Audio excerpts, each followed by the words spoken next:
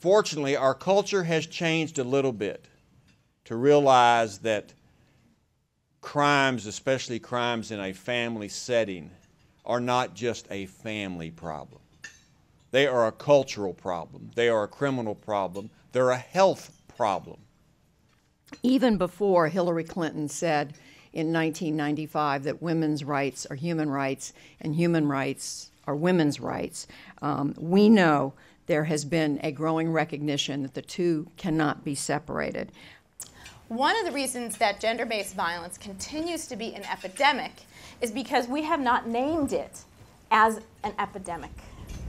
When a third to a half of women and girls in a society are survivors of beating and rape, it takes an enormous toll on them, but on their ability to work, on their ability to go to school, on their ability to be effective participants in their nations.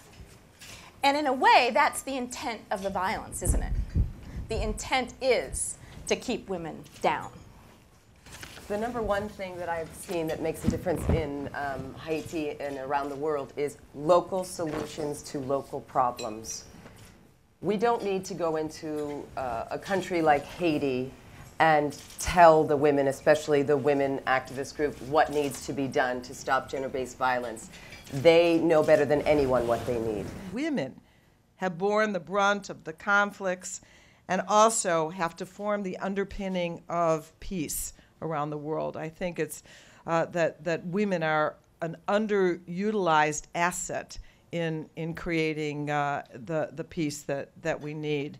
To put it in the proper framework, as Ritu said, it is a pandemic. And as we look around and try to address this pandemic, we shouldn't just think of it as a female issue. And it's wonderful that we have a session like this here today so that we can radiate it out.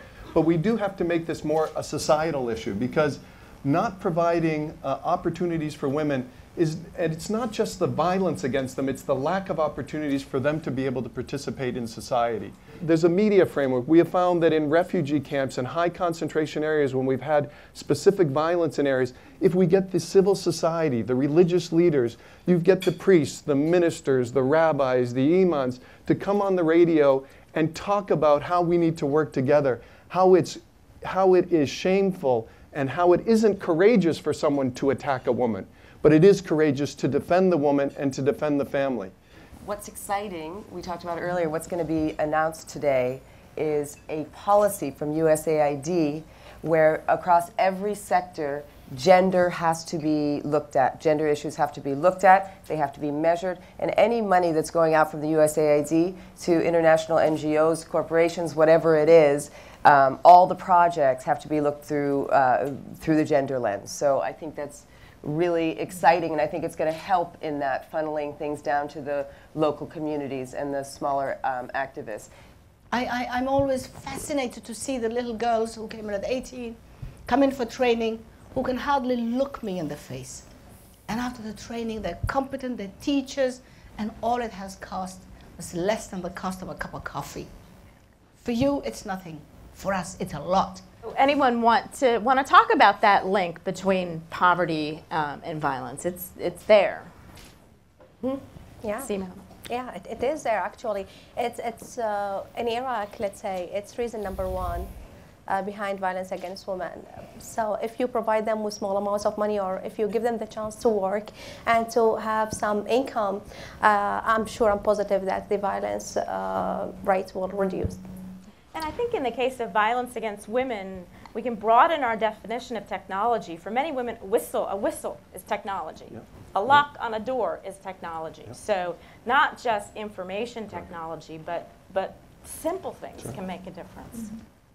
And if we can link arms with all of those who are the likes of the leaders in the continent of Africa and Asia and South America and the United States and places beyond, I truly sense that there's victory in the air. And I'm thankful to all of you who've already made that commitment. Count me friend, count me soldier, count me activist in the cause. And ask again that you please take some action. because that's what's going to end this problem.